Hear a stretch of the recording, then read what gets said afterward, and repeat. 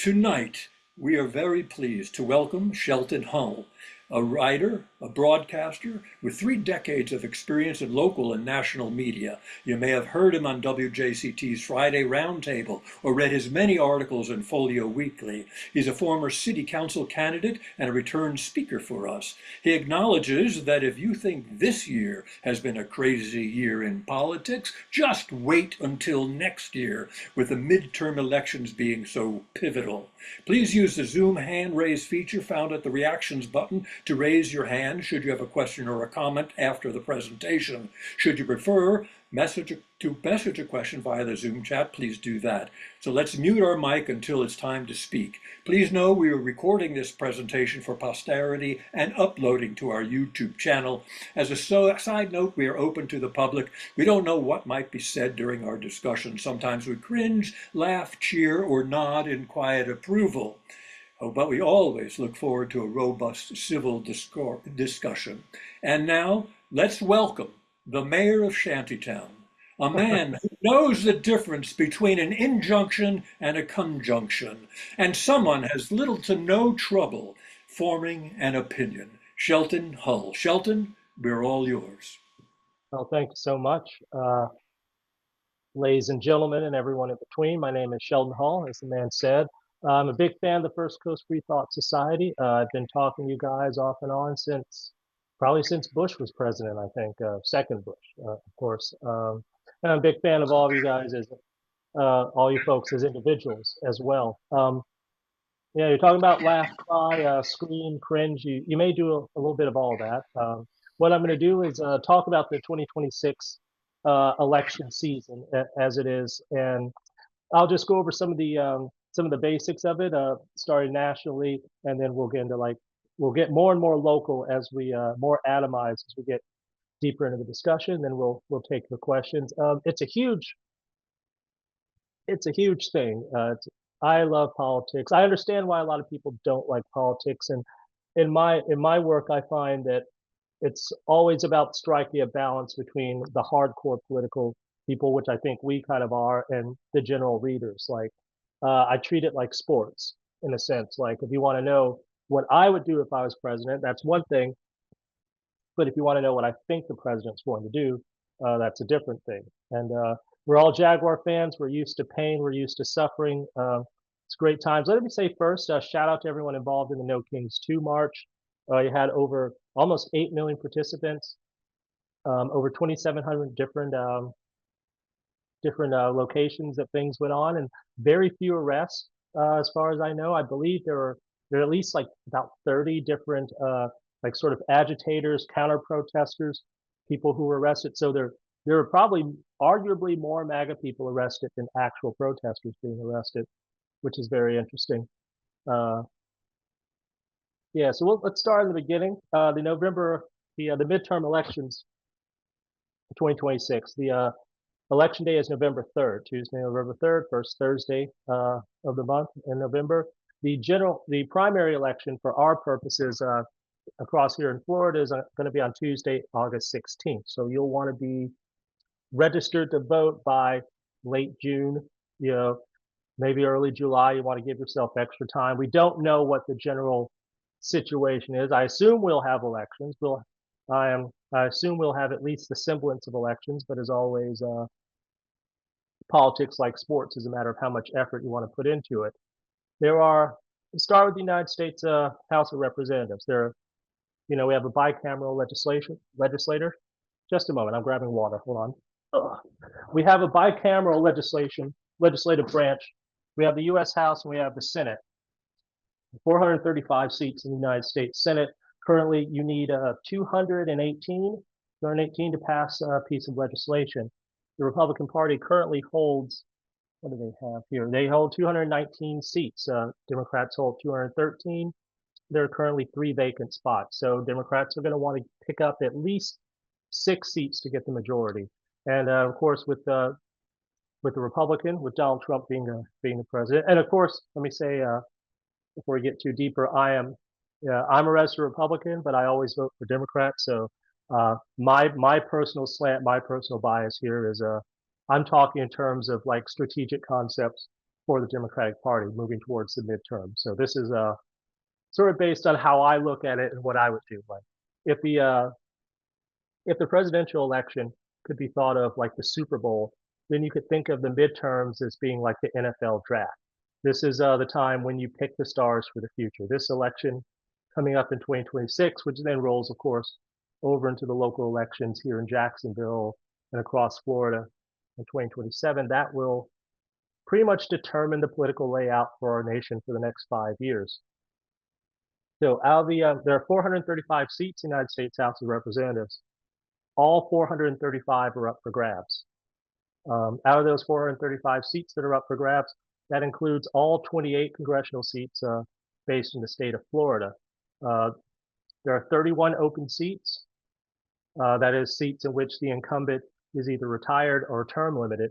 That's at least currently, right now. We don't. The number will probably increase much higher after the holidays, come around January or so. You may see a lot of veteran people on both sides decide that they don't want a piece of it anymore. So if we have 31 open seats now, I would expect that number to be at least 50 by the time we get to next summer. But out of the 31 we have so far, 11 of those are Democrats, 20 of those are Republicans. Most of the open seats for Democrats in the Congress, they tend to be up north, like Michigan, Minnesota, Illinois. I'll say in general, if you live in a state that starts with the letter M, 2026 will be a decisive election for the next decade. So Michigan, Minnesota, Montana, Maryland, all of those have key elections coming up in 2026. Out of those, so there's 11 Democrats, 20 Republicans. Most of the open Republican seats, however, in the South, the deep South in particular, and it's all heavy red, heavy MAGA territory. So that creates a great opportunity for Democrats. If I was running the Democratic Party, if I was at the DNC level, and I don't think let me say in parentheses, I don't think anyone's really up in Washington is thinking strategically about this. I think the Obamas kind of did, but the last president I can think of that really had a top-down approach organizationally would be like Bill Clinton. I'm sure David and them could tell you better, but like Bill all the notes I'm reading out here that I've been typing up this past weekend, he could just recite that stuff from memory. Nobody really liked the game quite as much as he did, but this 2026 creates a great opportunity for Democrats to come into the Deep South. A lot of these key like open seats are heavy red, heavy Republican, heavy MAGA, and there's not really anyone lined up yet. So like one thing that happens when you have these long-term like incumbents is by the time they finally do kick off, like there's nobody lined up to take over. Like you look at the case of Mitch McConnell. Mitch McConnell's dominated Kentucky politics for so long. Once he goes at the end of next year, it kind of leaves a power vacuum. And since that power vacuum exists within the Republican caucus, it creates an opportunity for Democrats to maybe snipe off a couple of wins that they might not normally have a chance to take because these guys are too busy looking at each other to see what's coming in the rearview mirror. The rearview mirror was invented to so that cops couldn't catch you, by the way, but that's neither here nor there. Now, the United States Senate, well, let me say Florida real quick. All 28 Florida seats are up for grabs. In the House, 20 of those are held by Republicans. 8 of those are held by Democrats. Ron DeSantis, during particularly the second term as governor, he and the Republican Party have had such a huge majority beyond veto proof in the Florida House and the Florida Senate that Democrats have just basically been playing defense for much of the past decade. It's there's not too much they can do about that. But now with the governorship coming open and there being kind of a clearly defined split between your Paul Renners and your Casey DeSantis's and your Byron Donalds and the question you don't know where Susie Wiles is going to go on it.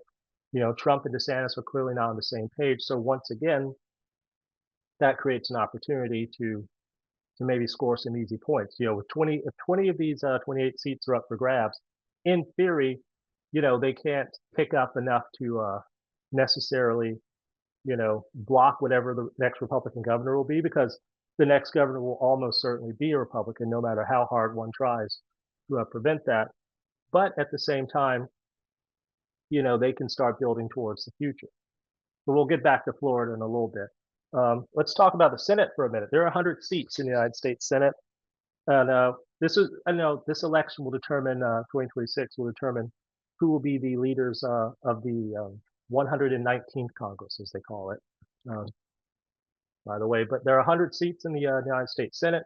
53 of them are currently held by Republicans. You need 51 votes to pass a bill. If you have a 50-50 tie, the tiebreaker goes to the vice president, who is currently J.D. Vance. So in order to have, so they're going to want, right now we have 51 Republicans, 45 Democrats, and 2 independents. Currently, the Democrats caucus at 47 votes. In theory, they caucus at 47, but in reality, that doesn't happen often because of people like Joe Manchin and John Fetterman, who often flip on key votes with Republicans.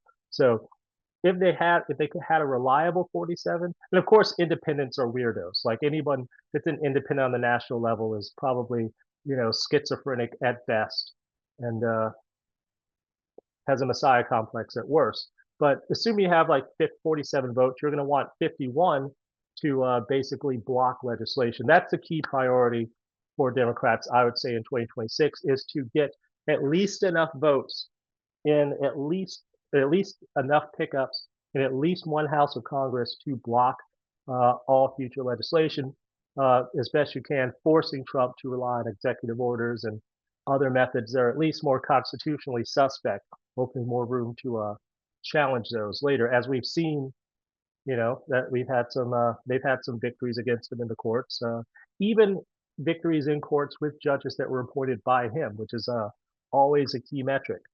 You never can get these guys to flip on their boss. It's a nice thing. But instead of thinking of 4 votes, I think Democrats should be pushing for at least 5 or 6. They want to have enough. So if you've got 45 Democrats and two independents, you factor in Manchin and Fetterman, assuming that they both stick around, you really have 43 Democratic votes. So they're going to want to pick up 8, 6 to 8 at least, to block that possibility. Now, in the Senate so far, what we know so far, there are 35 of the 100 seats up for grabs. 22 of those 35 seats are held by Republicans. The other 13 are held by Democrats.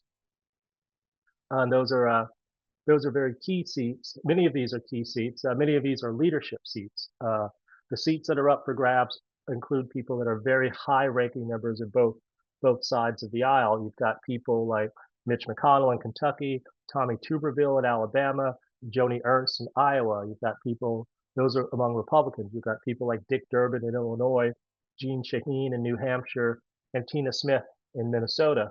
And these are all cases where, Republicans in theory could be pushing to expand their majority under Trump, but because of the way the administration's conducted things, they're going to be fighting just to defend these open seats. Like, as far as I'm concerned, like, I think Kentucky is in play. The idea of Mitch McConnell retiring and Democrats just somehow stealing that seat from the Republicans in Kentucky, I think that's something they should make a play for. Now, there's 5 non-voting seats in the United States Congress. And they represent American Samoa, Guam, Northern Mariana Islands, the U.S. Virgin Islands, Washington, D.C., and Puerto Rico. There have been 2 additional non-voting seats proposed for the Cherokee Nation and the Choctaw Nation, but neither one of those is currently pending. As you know, Washington is busy with all kinds of other stuff. So out of the open seats, 4 Republican seats are confirmed open, 6 are undeclared.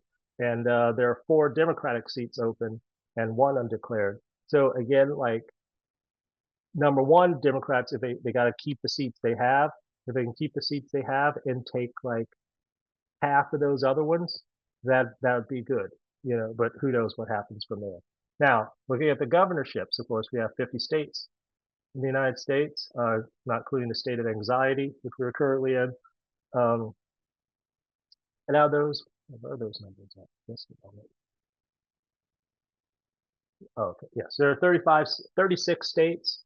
having governor's races this year. Each party has 18 governorships in play.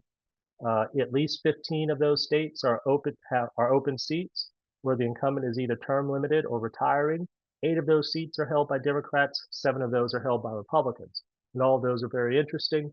Um, as you know, with especially in this administration, the a lot of the focus has really been shined much more heavily on local and state political organizations, role things like the National Guard and whatnot. So that's going to come into play here. I think that national media and international media will be focusing on local and state elections far more than they usually do, especially here in Florida. I think Donna Deegan's, by the way, I think Donna Deegan's the best mayor in America right now. Full stop, no competition whatsoever. I think that people should make more hay about it, you know. And so also, Florida, Georgia, and Texas are all open seats. The incumbents are term limited. You've got Greg Abbott in Texas, Ron DeSantis, of course, in Florida, and Brian Kemp in Georgia. All three basically came into power on the heels of MAGA. They're all 2018 people. What was it? 20? Yeah, they're all 2018 election people that came in spouting these things, and they've been key in implementing a lot of the most dangerous policies around the country. So I think that, step one, if I'm running the Democratic Party, I say like, between Florida, Georgia, and Texas, take all 3 governorships and take them now. I would flood like, fuck it, I would take $500 million and just flood it down the South. And if you could just take, if they just took Florida and Georgia, then that's your base for the resistance. If you take the governorships of Florida and Georgia, then there's at least like women will be able to go somewhere to get abortions in the South and that sort of thing. Um, but we'll see how that goes. They're key Trump allies, but this is being kind of split up a little bit. For example, the Ron DeSantis thing. The governorship in Florida is an open seat. I wrote a little bit about this. Yeah, I do some writing sometimes. Ron DeSantis leaves in January 2027. His future is unknown. He's given no indication of his plans after office, but even haters like me can agree that he's earned some time off. Presumably, he will figure prominently in whatever chaos is fated for the super election in 2028. By all accounts, running for president last year altered his destiny bigly and badly. He's a major Trump protege. He was already on the short list to be his running mate, but whoever convinced him that he had even a chance of running for president, like number one, why would he run for president if his patron was running for president? That showed no faith in Trump. If he hadn't, I've said before and I'll say it again. If he hadn't run for president, he would have been the running mate. He would be in the JD Vance slot, which is a nightmare scenario for us here in Florida who know him so well. But from the MAGA perspective, Ron DeSantis would have been a much more effective, much more charismatic person to like push that forward. And obviously everyone in America is just waiting for this dude to die. And certainly among the MAGA clientele, once he's gone, there's going to be a whole free for all.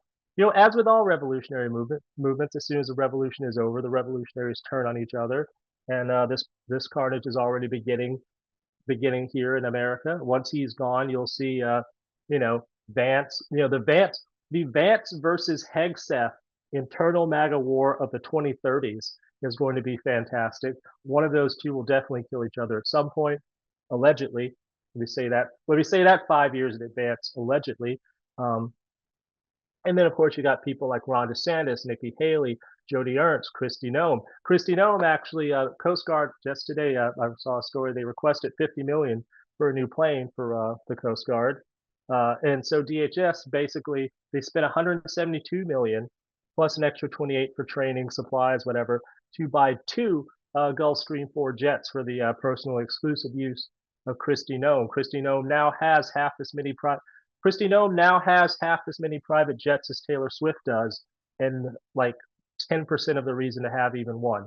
But it's better than Ron DeSantis. Ron DeSantis, the plane that the governor of Florida flies on, we used to have our own plane, but then Rick Scott, as governor, he sold the plane because he had his own private plane, which he paid for with Medicare fraud, allegedly. I can't speak for the jury. So then DeSantis had to get his own plane. which he acquired by confiscating it from a some major drug trafficker that they confiscated his plane. Didn't change the fucking tail numbers. I bet they didn't even sweep that thing thoroughly.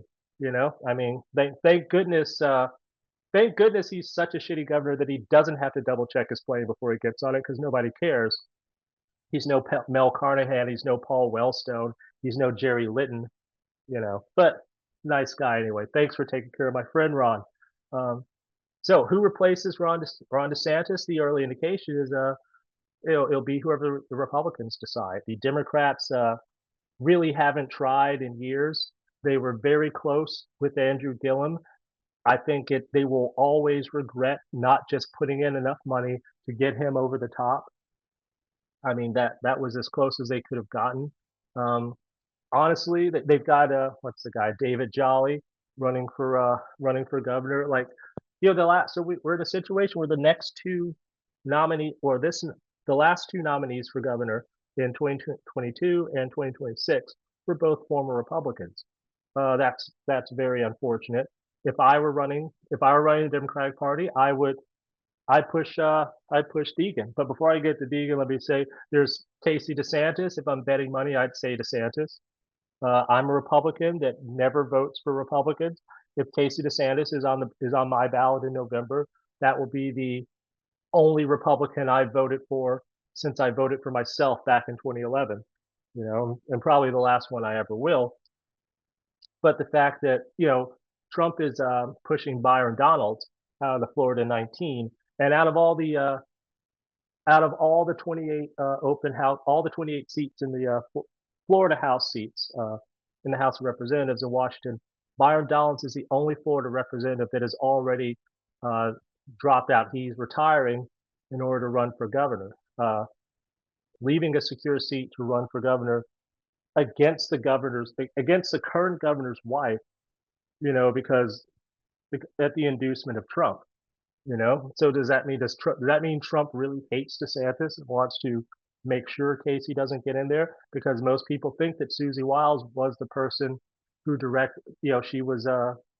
she ran DeSantis' campaign and stuff like that. A lot of people believe behind the scenes that Susie Wiles was the person spreading all that Lady Macbeth stuff about Casey DeSantis. The idea that Casey being so ambitious that she's been stage managing his campaign, and she pushed him into a run for governor prematurely that backfired and opened up a split between Trump and DeSantis, in which if Democrats get any kind of success in Florida in 2026, MAGA will automatically blame Casey DeSantis and whatnot. So if I'm the Democrats, I pushed Donna Deegan. I was shocked last year at the Democratic convention. Number one, placing Florida and Texas right by the back entrance slash exit instead of having them featured prominently was a mistake. I think that they should have, and it's not just because I'm a fan of Deegan, but the idea of being outspent 3-1 by a conservative Republican.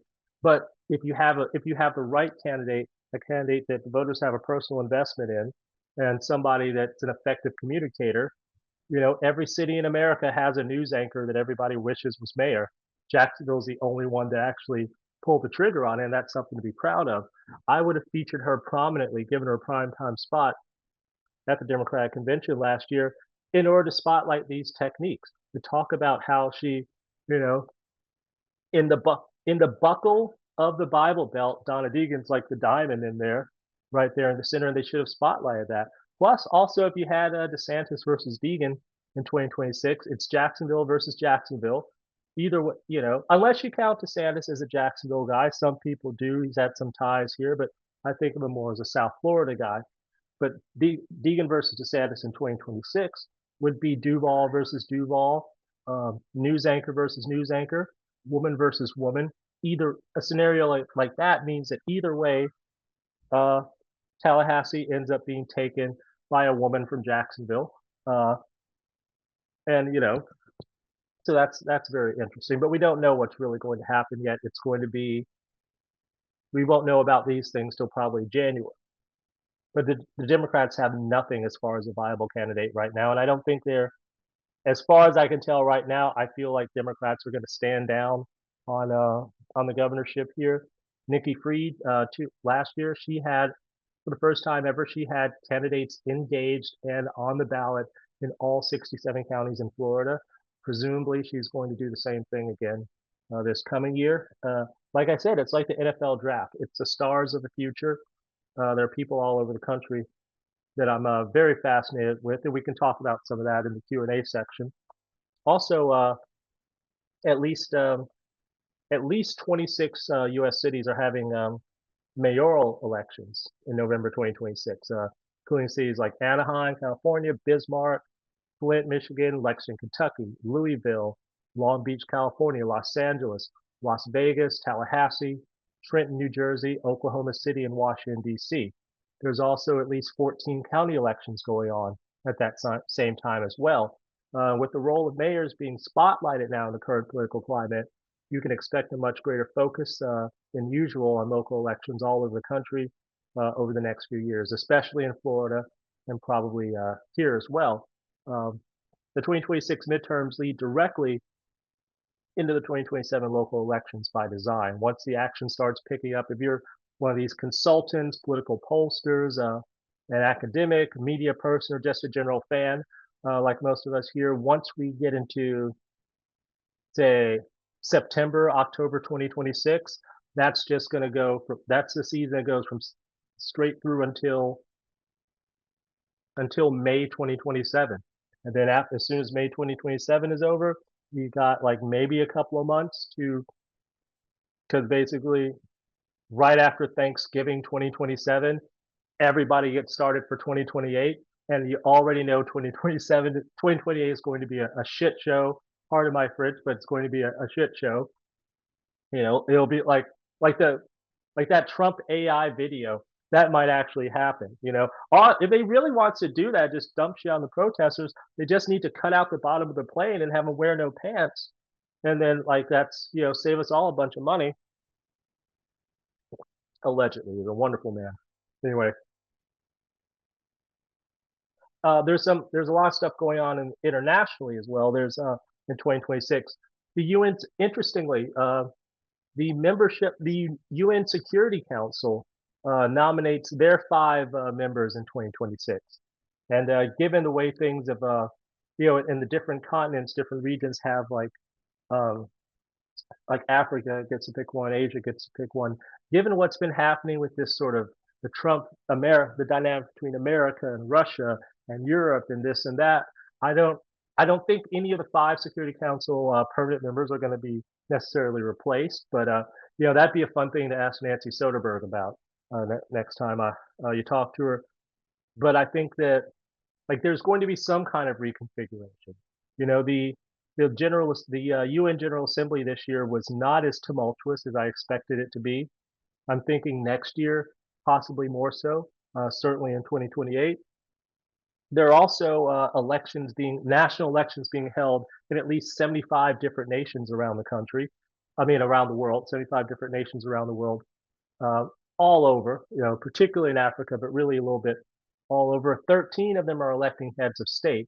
And presumably, most, if not all, of these national elections around the world, one of the key things that they will be talking about and running either an opposition of or defining their politics around American politics.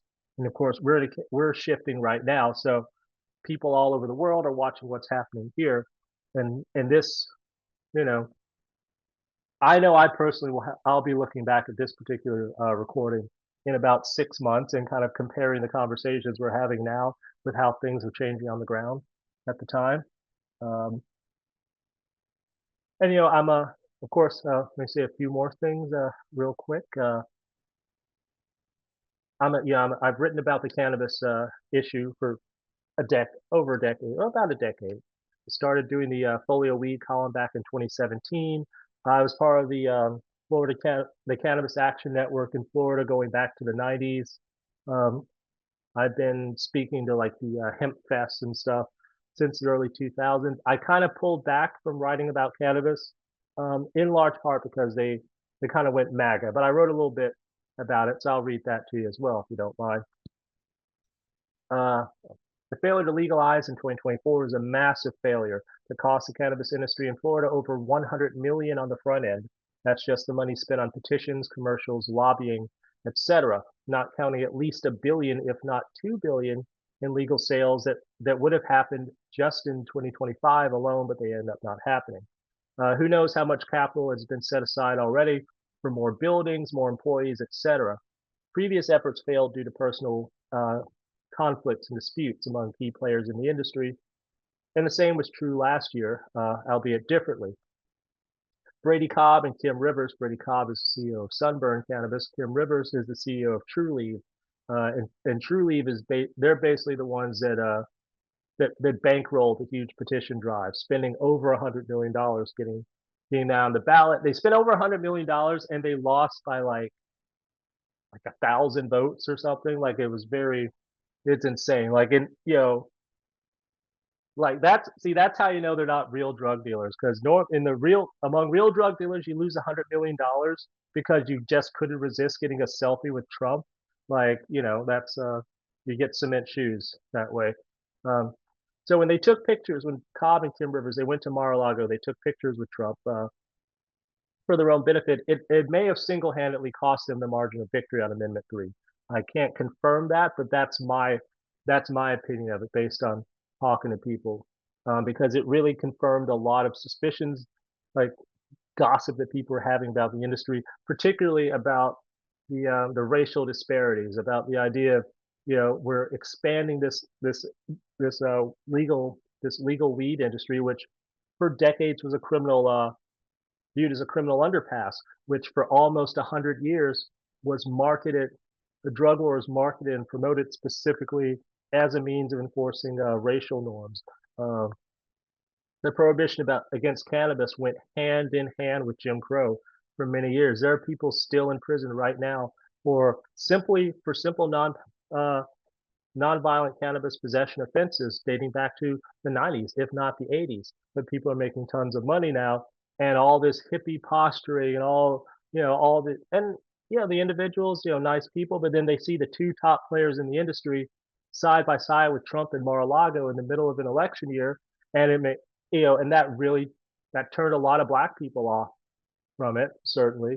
Um, but there's also the negative propaganda that was pushed by the governor at taxpayers' expense, millions of dollars spent on negative advertising against the cannabis industry, and most of what was in those things, in those commercials, was false, was blatantly, transparently false, much like almost all the stupid stories told about cannabis to push cannabis prohibition in the 20th century, all that Lizzie Borden stuff, all that reefer madness stuff, like all that was lies, all that was nonsense. But it mostly passed through because there wasn't much pushback on it.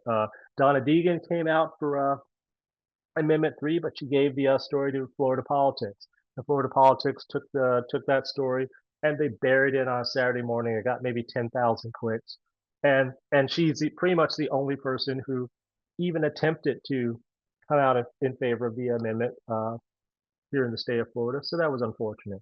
I'd like to see it legalized next year because they're going back to the well again. They're going to spend the same amount of money and try to get the same. They're going to overspend on petitions once again and try to get that done. I hope it passes, but obviously, like given what's happening in the country now, it's not the priority. I hope they do it, but if it's on the ballot, great. But I don't, I don't have time or bandwidth for it. Like we're trying to save people's lives here. So I got one more little rant I want to do here, just about the role of the media in politics, particularly locally. And then once I do that little bit, give me about 5 minutes here, give or take, and then I'll wrap up and we can go ahead and get to some Q&A and uh, some spicy chat and some banter, some sing-alongs, do a little karaoke, whatever you need to do. But it's about a little rant about local media, especially relates to politics. Let me get some water. This will be spicy.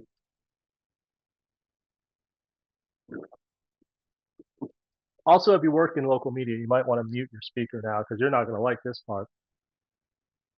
Media organizations on the local, state, and national level have been aggressive in their need to platform alt-right voices for years now.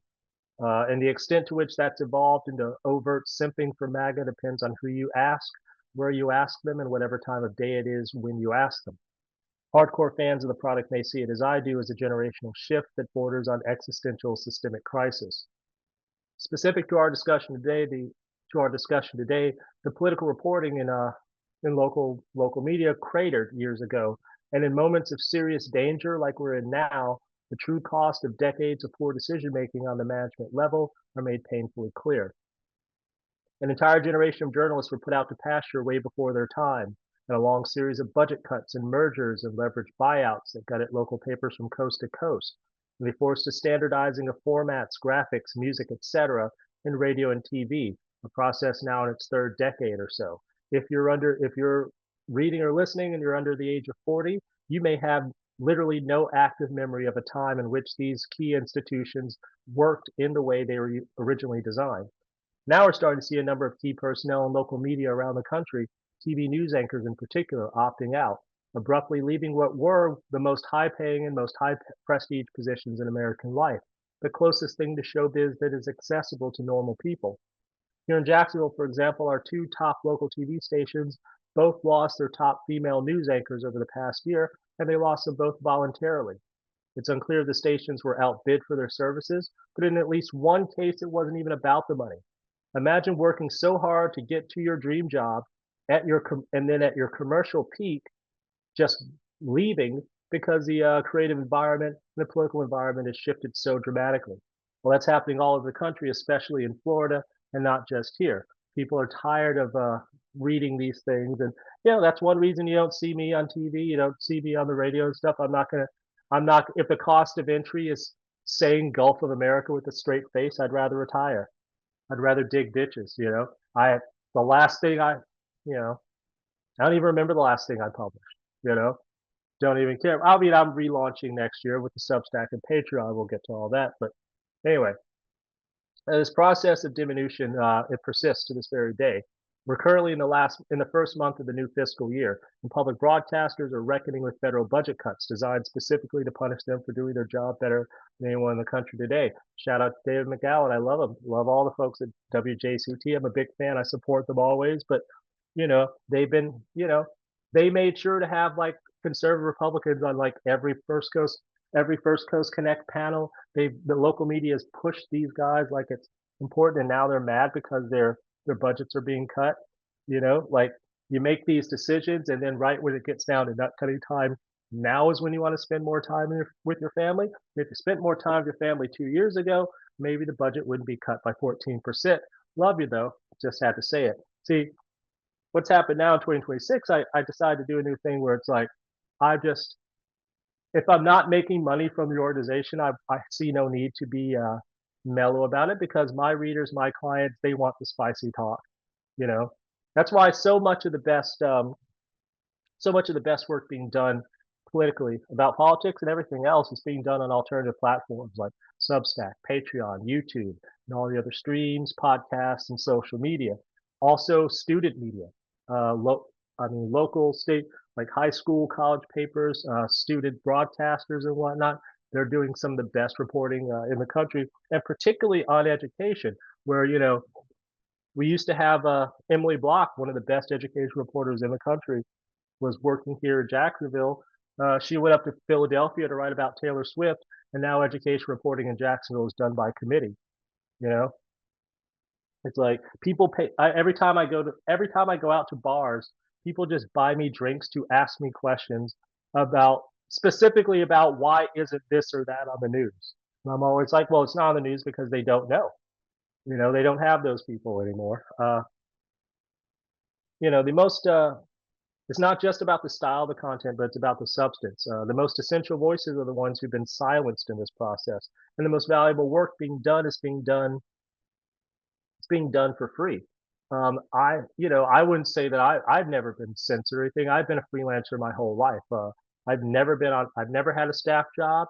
I've never had an hourly wage, never had health insurance, expense accounts, 401k, any of that, never nominated for any awards, never invited to any of these conferences, blah, blah, blah. But that's fine. But I've earned that, and you've read my work over the years, so I keep it real. But the people whose jobs are being being cut, the people whose lives are being destroyed, it's the good guys. Like nobody's been hurt this year that deserves to be hurt the way they've been hurt. Most of the people that are suffering right now in this country, they're suffering because they're not psychopaths. The people that are poor, they're poor because they refuse to pick up the gun, even though if you pick up the gun, there's plenty of money for it. You know, if you live in Florida and you're a man, you got children, you can't find a job. Have you tried killing people for money? You know, this is Florida. You can shoot anybody you want. Just don't fuck with the turtles. That's it. Just don't mess with the turtles. Everybody else is fair game. Shout out to the First Coast Free Thought Society. We're doing everybody in the city of public service by facilitating this talk and so many others. They do it just for the love of the game. And everything that these guys have at these sessions, it's essential information that you really couldn't find in traditional media at any price. You don't get to have these kinds of conversations with this kind of depth as we do right now. And as things currently stand, working journalists know that doing the kind of work required to satisfy the folks who own these media companies and to make a living in the business today carries a significant cost. And that cost is that by doing so, your brand is compromised and it leaves you forever associated with an era in history that people will be desperate to forget by the time it's over. And when this era is over, so are the faces and the voices and the brands associated with it. As with every big election cycle, this 2026 into 2028 election cycle will be the last rodeo for a whole slate of major media figures from the local, state, and national level, and many of them know it. You know, some of them are getting out because they don't have a taste for the game, the way the game is changing. But we'll see, because at the end of the day, this industry is about information. People will always pay to have the information they need because at the end of the day, we'll have to pay much more heavily if we don't have that information. And of course, I have a Venmo. Feel free to tip me wherever you want. Those are my introductory remarks, ladies and gentlemen, and everyone in between. Thank you. I'm happy to take your questions. Thank you. Thank you, Shelton. Thank you, Shelton, very much. You covered a lot of territory in a very short period of time. You spoke quickly. You covered a lot of stats. You told us you like politics, same as you like sports. That's great. Yeah, I happen to know you also, or you used to be a pro wrestling fan. I don't know if that's still true. Um, absolutely. I go back to when Bruno Sammartino was around doing Yes. his thing. Let's. Madison Square I've got Garden, Gorilla Monsoon. Yes. But right. we'll talk about that later. Yeah. All right, I've got a lot of questions for you, but let's go to the room before I start chatting with you. David Schwambert, then we'll go to Susan. Hey, Shelton, good to see Hello. you. Good to hear you. Thanks for being And a mentor all these years. well, I do what I can, I suppose. Absolutely. Anyway, I tend to agree with just about everything you say, and especially in terms of the the lack of strategy on the part of the Democrats. But one of the things that I'm seeing all over the place by comments and polls, et cetera, is that even when uh, some of the Trump voters are being shed because now they're being hurt because now their farmers can't sell their soybeans because of the Right. tariffs or whatever the case may be. The losses that happen when Trump is losing poll points don't go over to the Democrats. And I think part of the problem is not just the bad strategy, it's the Democrats are not crafting a message. And when the establishment Democrats are mad at Mamdani and AOC and Yes. Sanders, et cetera, I'm sympathetic with them, although I have doubts as to whether their message is going to play well, with the broad American scene. But instead of creating an alternative message, they just scream and shout that, "Oh, Mamdani, what are you doing? Oh, Sanders, you got to shut up." Where is the strategy? Where is the strategy that can attract the voters that do fall away from the Trump camp? Well, that's a good question because there's different ways to you know there's different ways to look at it. Like for example, like I think racism is bad, but at the same time, many of my best dates ever have been with girls that would have never dated me if they didn't have racist fathers. So thanks to the Klan for that. It totally backfired. And it's similar with politics, the folks that, yes, some of the centrist Democrats, they kind of come down on Mamdani and AOC, but a lot of what I see is people like Mamdani and et cetera supporters putting that out there. Like I see far more like a lot of like the first thing I heard about Mamdani was that he was a threat to the Democratic establishment, right? The way they talked about him, I thought he was like a Ramaswamy style conservative until I saw like his actual policies and I realized, oh, he's from the left. Like he's not one of these right wing guys that hates the Democratic leadership. He's one of these left wing guys that hates the Democratic leadership. Kind of like that horseshoe theory.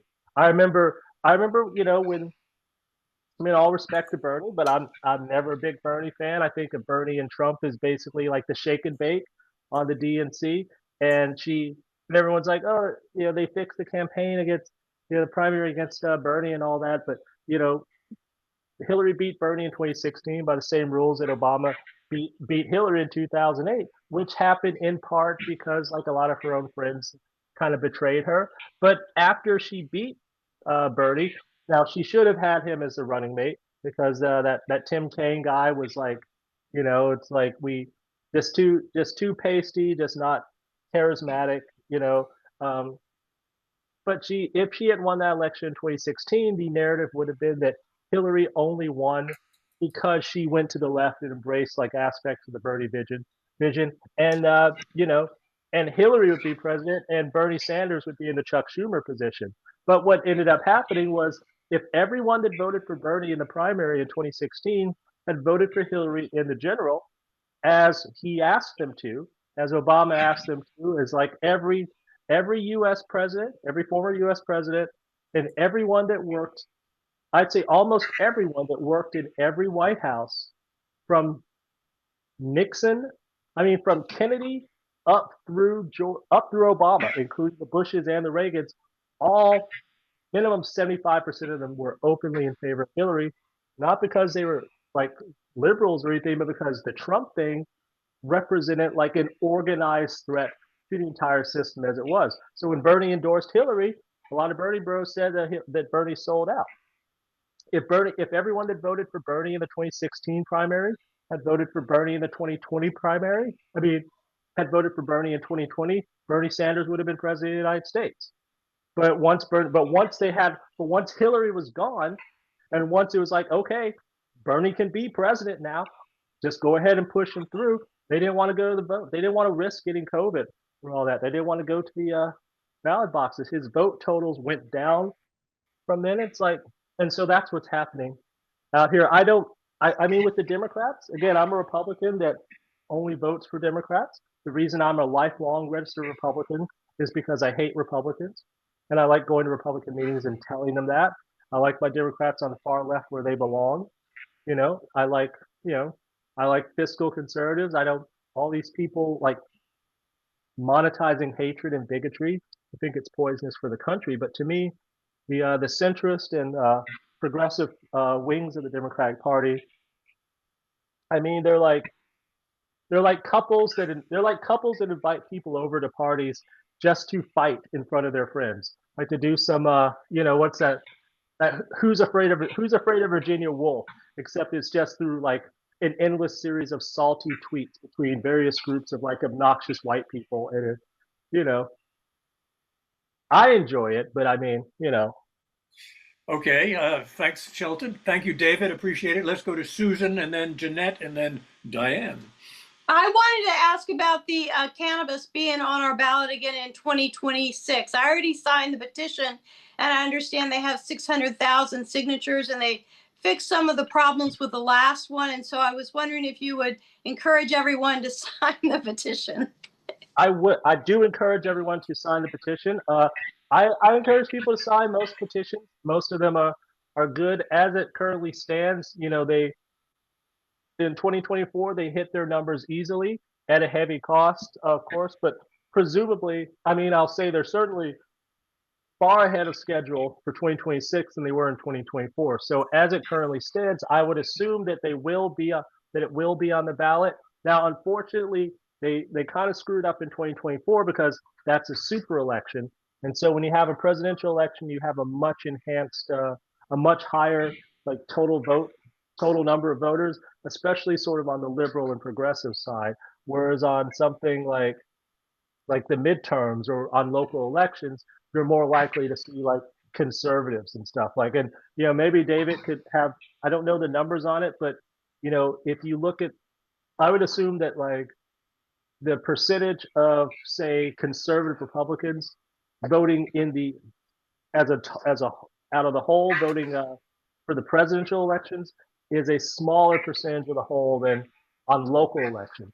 So like when you look at the kind of people that absolutely vote all the time in every single election, no matter what, it's hardcore conservative Republicans. It's older senior white Republicans, and it's black women. Black women are the only people in America that have voted that always vote for the right people, especially in this crucial past 10 years. You know, 24% of black men not voting for a black woman for president because they think she's too conservative for them. It's because she was a prosecutor. That's why that makes me feel bad that we let felons vote. You know, most of the black Republicans I know are drug dealers, current or former. You know, so they have every reason, right? The black people that go Trump, they do it either for money or they do it for sex. There's no other reason. No, there's no intellectual anything to it. Hmm. Sorry, that's just for my black Republican friends. I hope they see that, and we can talk about that at the bar later. Yeah. But I do believe it will be on the ballot. I'm pretty sure for 2026, and they should have got it passed last year. I think they can do it. Um, I'd say odds are. I mean, hopefully they can do it. There's no reason why. There's no reason why they can't do it. But there was no reason why they couldn't do it last time, and they didn't do it last time. So you don't know. I mean, Well, I know people that smoke pot that said they voted no because they believe what DeSantis was saying. So yes, so hopefully, yeah. that's true. Like the idea of like fentanyl being laced with the cannabis and things like that. Like that's a very dangerous lie, and it counters how do I put it? Like opioid abuse is a serious problem in this country. Like I think one thing about Trump, I think we can agree with is like we all want this fentanyl off the street. We all want it gone. But you know, most of the time when you see it, it's in pill form. Like the opioids that plague this country, it's just like guns. Every single illegal gun in this country starts its life as a legal gun. There's not one drug gang, there's not one cartel, there's not one terrorist group manufacturing their own guns. All the people using guns that are scaring people in America are getting those guns from the same people that are selling those guns to the scared Americans. Okay. And Yeah. so that's my thought on that. Yeah. We don't want to get into a discussion about 3D printed guns just now. Jeanette, you've got a question or a comment. Jeanette, you're muted. I know I was trying to get it to unmute. I apologize for the delay. The reason I wanted to speak up here is because Look out, there's somebody behind you. It's me. Oh, okay, good.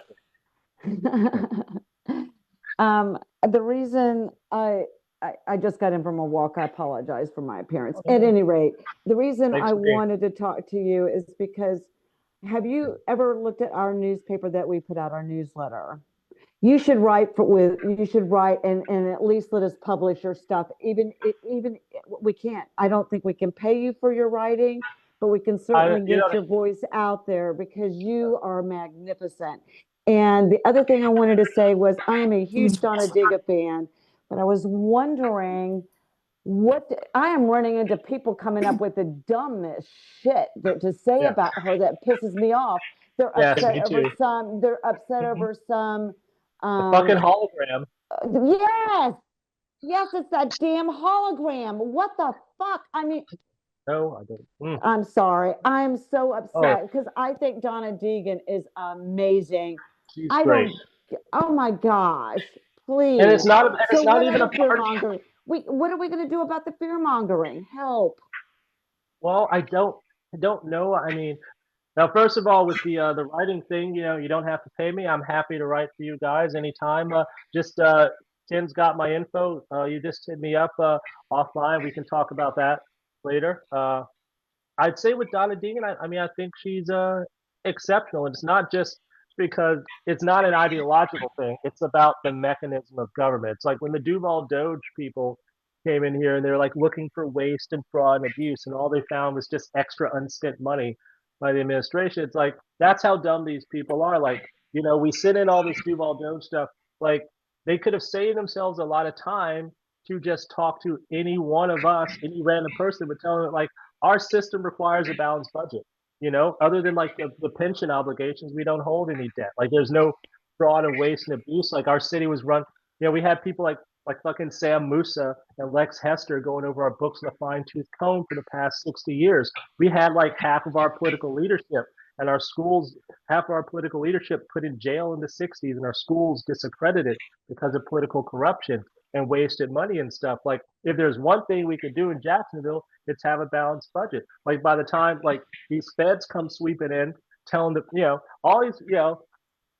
all these feds come sweeping in, trying to tell local police how to run their streets, trying to tell like FDLE how to run their roads, coming in to like try to scrutinize like trying to scrutinize local city finances, in a city where Democrats and Republicans are required to work together on this budget. Donna Deegan, let's see, 2023, 2024, 2025, three straight years now, Donna Deegan has managed to pass budgets, and get them passed by a city council that was overwhelmingly Republican. Even all the shit they talk about the holograms and whatnot, they still pass these budgets. So then Duval Doge comes in, these interlopers, these like people that don't know the city, like, these dudes like in Goglia, these weirdos that like bought their way into like, the fucking financial, CFO position just so they can like steal from the coffers, and that's what they're doing. They come here like scrutinizing our books, but like that's disrespectful to Lenny. That's disrespectful to Lenny Curry, our former mayor, who was an accountant. If we're doing waste and fraud and abuse, then he was in on it too. It's disrespectful to them, and I think it's very interesting that all these conservatives that were talking about states' rights that were, they seem to fold with this MAGA stuff, right? Like the same people, they'll shoot a little black child because they're scared of his superhuman strength. They see like 30-year-old neo-Nazis talking like racist stuff in a chat, and they think they're kids. They call them kids. Same people that'll like strangle. Same people that'll strangle some unarmed person because they feel threatened will just stand there and let masked unarmed thugs come in and take their people off of their streets without a fucking warrant, and they won't do anything about it. So I mean, I'm just ranting. Sorry. Yes. Yeah, that's fine. Let's go to Diane. You're up, Diane. Yes. Hi. Hello. Number 247 of all the things that I worry about with all of this insane news every day. It seems pretty clear to me that Trump is laying all the groundwork to either cancel or disrupt the midterms, and certainly, the general election as well. Yes. Now, obviously, you're much more educated about this stuff than I. So my question is, how likely do you think it would be that can succeed? And if it does, what do you think the reaction will be from, either our political sphere or, the populace in general? That's a good question. First of all, let me say that, I would say I'm more educated than you or anyone else. I know what I know. I was telling someone the other day, like, if you ask me what my mom's phone number is right now, for the last few years, I couldn't tell you. But if you ask me what her phone number was in 1987, I know what that is, right? I can't drive stick shift. I'm very much incompetent, and like, If you think I'm smart, watch me try to open an avocado, and that might change your mind. But as far as the disruption, I mean, it does kind of follow an authoritarian playbook in a sense, and we're so easily triggered. Um, I think there's a possibility of, like, delaying or canceling the election. I think if there was, I think people would respond quite poorly to that. But I think the best case scenario, the way I look at it, is that I like to hope that Trump will just stand back and let the process play out somewhat normally, because if he takes any move to delay or cancel the elections, that would signal weakness. If he did anything, unless it was something crazy, like, if it was like a terrorist attack or an alien invasion, maybe, But I think that if he were to just like, imagine if George W. Bush had come out on September 10th, 2001, and said, "Hey, I can't tell you what's going to happen, but we have to cancel all airline flights in America tomorrow. You know, just for the day, just in case. We can't tell you what might happen, but we have to shut down all the planes just in case." You know, the resulting damage that did to the economy for those couple of days of having the flights down would have gotten any president impeached had the terrorist attack not happened first. If he had said, like, this is exactly what's going to happen, America wouldn't have stood for it. It's like in 1998, they had that movie, had that concept of wag the dog. They all said that, oh, Bill Clinton, he wanted to distract from him about to be impeached because of the Monica Lewinsky stuff, so he did this wag the dog attack. And it was like, no, he launched missiles at Al Qaeda bases in, like, Afghanistan and whatnot. Like, Bill Clinton attempted to kill the masterminds of the September 11th attacks. The Republicans in Congress said that he did it to distract from the blowjob he was getting from Lewinsky. These MAGA people, like, I despised them when they were the Tea Party. I despised them back when they were the Contract with America people under Newt Gingrich in the 90s, when they were silent majority under Reagan, when they were the Conservative Citizens Council in the days before that, and when they are wearing masks on their face before that. It's the same people, And someone, Lance made a comment about black conservatives reminding him of Jewish Nazis, and I'm not even going to make a Stephen Miller joke because that's too obvious. That's right. Tea Party was funded and directed by the Koch brothers. Lance, I don't know why is there no, like, rap group? Like, the Clips should change their name to the Koch brothers, but of course, spell the name Koch differently. Right. It's madness. Yes. Next. Thank you, Diane. Okay, thank you. Okay, Shelton, Yes. you ran for city council in 2011. Is that correct too? Yes, sir. And do you think if you had $250,000 in your coffers, you might have won? How much money do you think it would have taken for you to win that election? Well, okay, 2011. This was I'd say, first of all, the numbers are, like, vastly exploded now. When I ran in 2011, it was District 14. So let's see. In 2011, there were 41,000 registered voters in District 14. 11,000 of them actually voted. That was, what, 29% turnout, something like that, give or take. I was running no party affiliation. There were 6 Republicans running.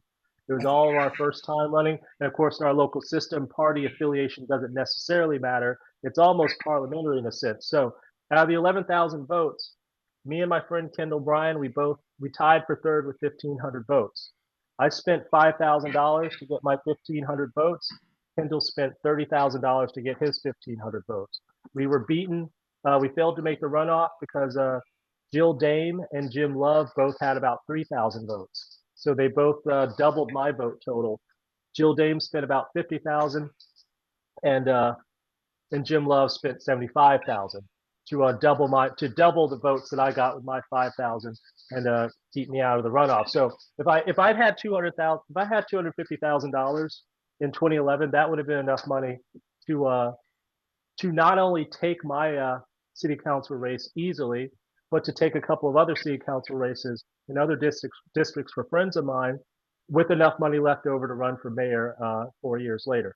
The reason I ask that is for you to set the framework for. We are looking at the 2026 midterm elections now, and we have Yeah. independent expenditure groups, super PACs, and billionaires putting money all over the place for elections. Billions of dollars will be spent on the midterm Yes. elections. Why do you think it costs so much to get elected? There are a few notable exceptions, like AOC and maybe some others, who don't get this type of PAC money. But spend a little time as why is money that significant? I mean, I have my I own would say answers, but you speak.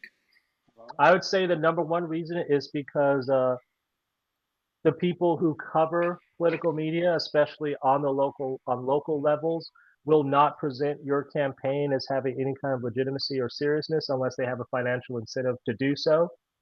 Right? The money for the money that Ron DeSantis, like we were talking about the cannabis thing earlier, for the money Ron DeSantis paid to have those fake ads, with all those lies about cannabis on local news, the reason that very few of those news organizations ever pushed back was because they needed the money, you know, and like the money goes into, consultants and like lobbyists and all these people like to do like push bad ideas. Like look at the 2023 mayor's race, Deegan versus um, Davis. He outspent her 3-1, but most of that money was wasted. Most of it was spent on like multiple mailers to the same house. Like getting like if you're getting the exact same mailer twice in a week, that's wasted money, right? And it's all all the negative ads and stuff. With the Deegan stuff, all she had to do was say, "Hey, I'm Donna Deegan. I'm running for mayor." And everyone's like, "Oh shit, Donna Deegan's running for mayor. Fantastic!"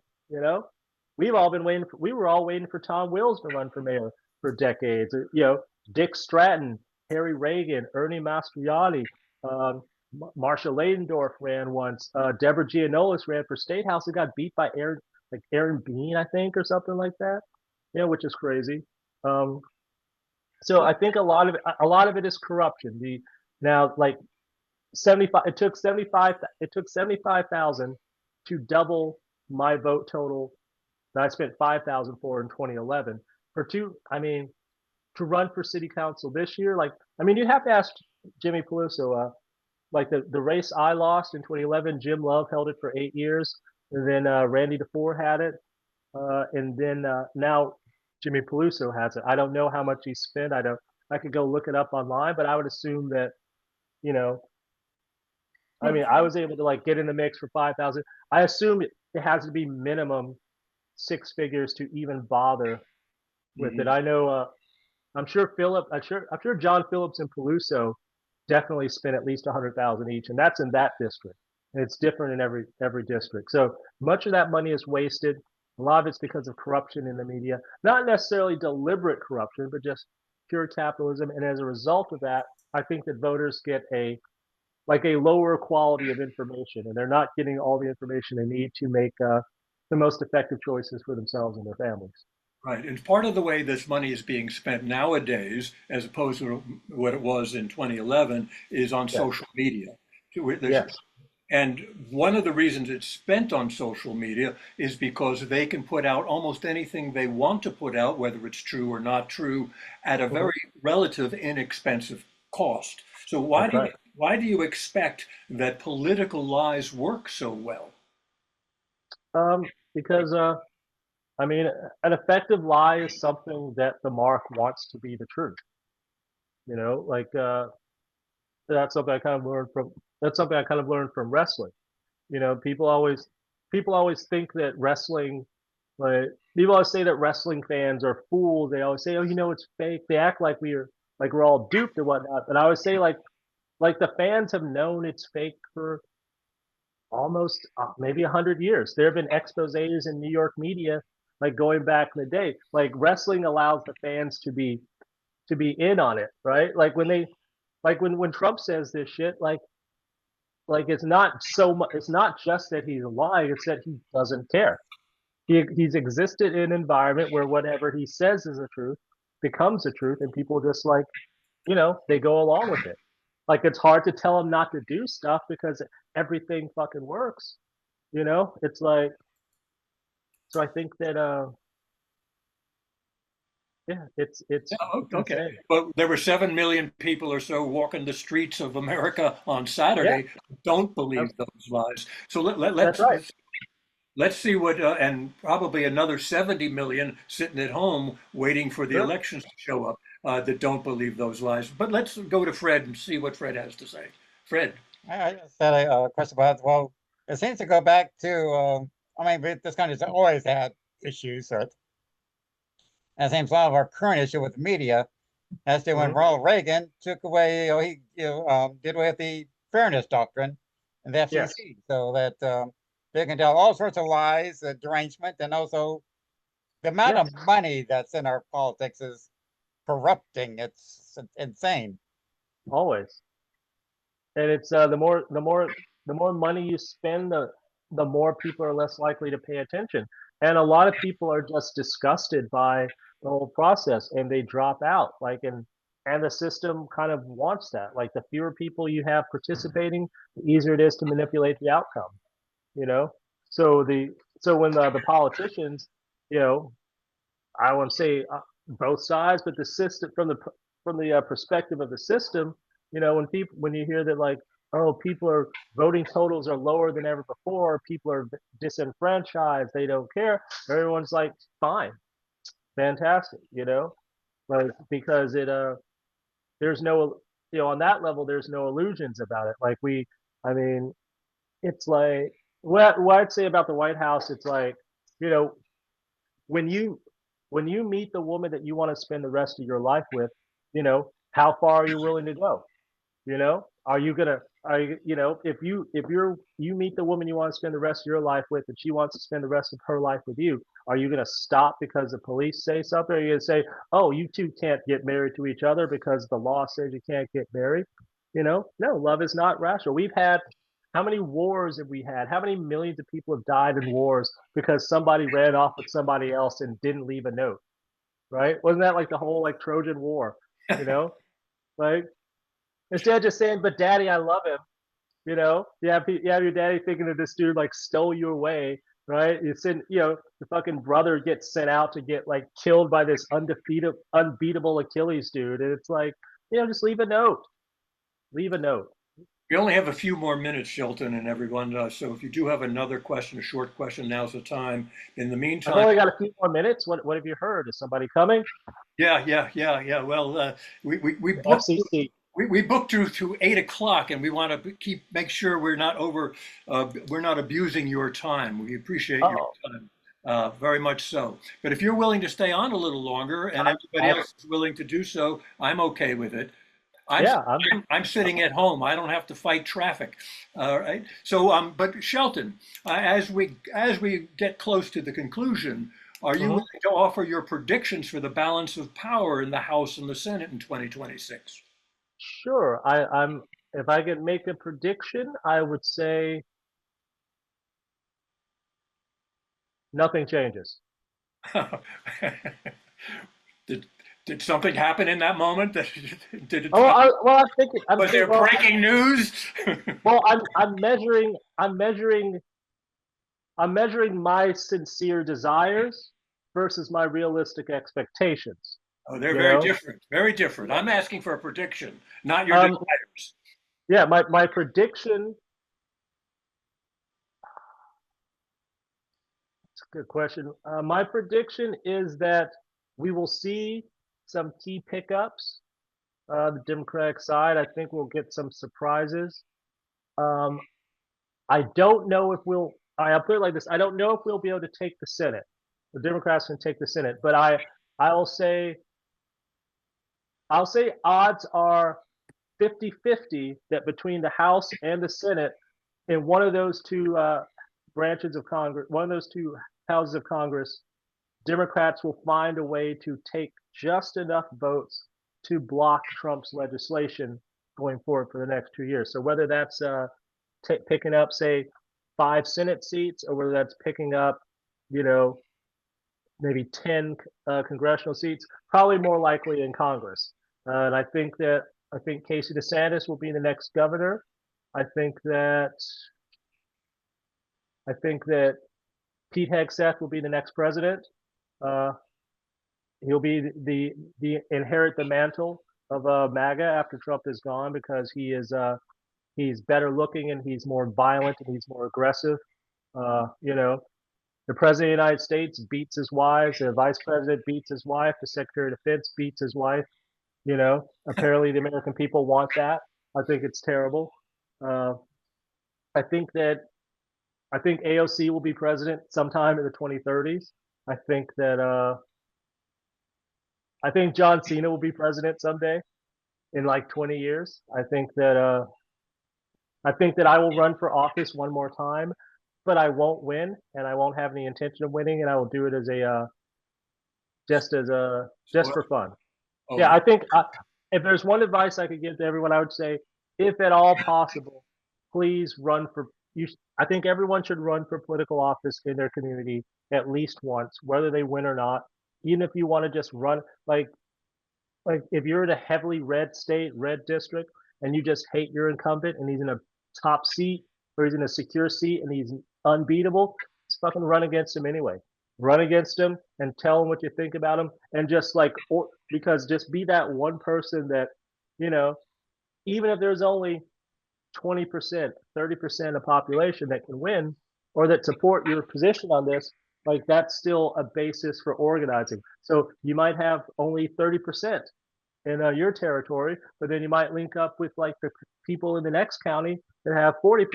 And then the people in the county over there might have 60%. So next thing you know, you got thousands of people that you may not necessarily, your people may not necessarily be able to effectively organize and win on the local level. But when you can take these little pockets in a state like Florida that has 67 counties and they're all crazy in different ways, you can quickly leverage that into having a base of thousands of people that you can move back and forth, as we saw with the No Kings marches, having like 2,700 different locations, 7 to 8 million people participating, like the organization, the coordination, like the discipline of the message, the lack of violence. Same as like with the women's march years ago. Like the numbers are there, you know, to move effectively. But the question is, how do you organize it? As we see, you know, as Jaguar fans, like compared to football, we've got a lot of young talent, a lot of really great athletes, but at the same time, they're young men coming into a man's world, and they're playing against some of the best players ever, and there's a learning curve. And so when you got young players with a rookie head coach and a rookie general manager, you know, and an owner that has no direct football experience, you know, that creates like a problem for the kids. You saw Trevor Lawrence out there throwing the ball. He's throwing the ball. The guys just kept dropping the ball. Joe Biden did everything he could. People still think Joe Biden had dementia. You know, the woman, and by the way, I just want to say about that, Robert F. Kennedy Jr., his mistress worked at New York Magazine. She started the Biden has dementia rumors, and she spread that with with a colleague of hers that worked at another magazine, she was also having an affair with, and he was also married. And that very night, those two were sitting like, you know, pillow talk about Biden's dementia the night of that first debate, and it became a national thing within 24 hours, and they all used the same words. You know how these MAGA people online, you can tell they use the exact same phrasings, like they'll misspell the same word the same way. Like when people say Democrat Party, right? No, it's the Democratic Party, right? If I hear someone say Democrat Party, I immediately know they're a fucking fool, and that everything I say to them is like, when I hear them say Democrat Party, my first thought is, how quickly can I finish this drink and like move on to someone that actually like wants to talk the truth about all this stuff. Do you think there are currently any under discussed or under analyzed issues that are going to affect or that should affect the midterm elections that we haven't discussed yet? And then we'll give it like another 3 or 4 minutes, and then. I think the economy is still in a state of flux. So if you want to look at, say, this is October, say 6 months from now, or let's say 8 months from now, say we're looking at June, July, or whatever. You know, tariffs, free trade, certainly economy will be a big thing. Hopefully, there's no pandemic. You know, I mean, if the pandemic hadn't happened, Trump would have been reelected. There would have been no way to stop him without the pandemic, and all this discussion would have been like moot by this point. Um, I think that each city, I think having so many local elections. Number one, like all these incumbents and all these people running, especially the high profile ones, they're going to have to ask themselves like what stand they want to take in these years ahead. Are they going to, is their legacy going to be about being in a support system for Trump or whoever comes next, or do they want to be the person, right? If you're into politics or you're thinking about running for office, like if you're into politics and your goal is to be fucking famous, 2026 is a year. I think that in the long run, I'm 47 years old and I've been following this stuff since I was a kid because, I like it like I like wrestling and all that. But I think that you look ahead 10 years from now, 20 years from now, I think the people who will be leading and dominating American politics in the generation to come are people we haven't heard of yet. I'd say the odds are pretty close to 50-50. I'd say odds are very, very good that whoever the next president of the United States is after Trump is gone has probably not even thought about being president in their mind yet, right? When Donna Deegan ran against John Rutherford, and she got like 30%, 32%, people said, oh, another Democratic loss, she only got 30% against Rutherford. And I'm like, that's a secure seat. They don't, those people who were dissing her, they didn't know about that, the gentleman's agreement between, Tilly Fowler and Kareem Brown and Charlie Bennett and whatnot. So when I wrote about her in Folio, that you may have read that article. For me, I always thought it was like this is the basis of her running for mayor. She lost to Rutherford, uh, heavily, but it was in a heavily Republican district where she had no chance of winning. 30%, 30% against her. Against him in that race was like the equivalent of like no one else would have gotten better than 10%. Like Rutherford's mom would have got 10% running against him. But then from that, she was able to win against another Republican for the mayor's race, outspent 3-1, but she still won by 10 points. So I think that's a lot of these people that run for office, these young people running in 2026, House seats and whatnot, they might lose, but like they need to go, like everyone that runs in 2026 and loses needs to bounce right back and go for the same thing in 2028. And all the people that are term limited now, like they need to start, like Democrats should be thinking about who's going to be term limited in 2028. Who's in a position where like if they get too close to Trump or too far away from Trump, they're going to have problems, Fred, do you have a comment or a question? Hey, Yes, this is Andy Germain. Can I get a word in every now? I can't seem to raise my hand. Just I'll wait my turn. Sure. Go ahead, Andy. Go ahead. I had actually 3 short comments. The first is a joke. The derivation of the word politics comes from poly, meaning many, and ticks, blood-sucking parasites. That's correct. Yes. So the second one, I came here from Maryland. So one guy to watch is the current governor of Maryland, the Wes Moore. I think he's going to be on the national scene Yes. in the near term. And the thing I worry about with the election, I think they'll have an election, but it'll be rigged or it'll be faked or it'll be bogus, and Trump will declare victory. So even though it won't be canceled, Yeah. it won't be real. Yeah, all this margin of error stuff is going to be a problem. Like they should focus not just on winning, but you want decisive wins. You want 5-point, 10-point victory. You want to beat these guys so soundly that there's no possibility of like asking for a recount. Right. They don't count the same way the rest of us do. No. Okay, thank you, Andy. It's that Common Core. Fred. I'd like to comment that about the possibility of a pandemic, and it seems to me that Trump has set things up so there's more likely to be another pandemic, and be far worse than one before because he's arranged it so our capacity to respond to it responsibly and adequately It's been seriously undermined by RFK the idiot. Yeah. Brain has been sucked in by a worm, or probably Mhm. worms smarter than he is. But that's, and of course, I don't know how that would play in our politics. But it'd be There's always something getting into Kennedy brains, isn't there? not much nourishment there. No. All right. Well, okay. Thanks, Fred. Before we go, I got one trivia question for the room. It's real quick. What is Spike Lee's first name? Oh, I know the answer to that. I knew you would know it. Does anybody else know the answer to that? Anybody want to say Shelton? Shelton it is, right, Shelton? That's right. That's Spike Lee's first name. I don't know why I brought that up, except that Shelton is here tonight. I appreciate it very much. And Spike Lee also hates driving, so that's another thing we have in common.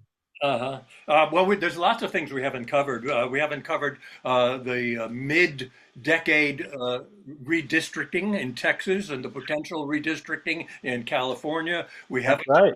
We haven't covered the scandals that are among us, both on the Yep. top side and some on the Democratic side. We haven't covered what you think the exact messaging should be for the MAGA folks in terms of winning their election, and what the exact messaging should be for Democrats to win their elections. There's so much. We could go on for another couple of hours, Shelton. Well, let's do that sometime. I mean, I was going to say, like, we can always circle back after the holidays and say January, February, and jump on these issues. Come back in the summer, like continually update on all this if you like. Yeah, I appreciate that very much, Shelton. We'll take you up on that offer. You've given us a good overview and a preview and a lot of information on the midterms. As we get further into 2026, maybe you'll give us an update on the finals. Absolutely. All right. Thank you very much, Shelton. I appreciate you tremendously. Now's the time to say good night. Everybody get home safely. I appreciate everybody who attended. We'll see you next time. Check our website, fcfs.org, for all of the events that we have coming up, the future speakers and the food for three thoughts, etc., etc. Good night, all. Night. Hail Good Hillary. night. Thank you, Shelton. Good night, everybody. I'll see you soon. Ken's got my info. Everyone, feel free to email me anytime you want. Great. Thank you. Mm-hmm. Thanks, Shelton. Thank you. Good to see you all.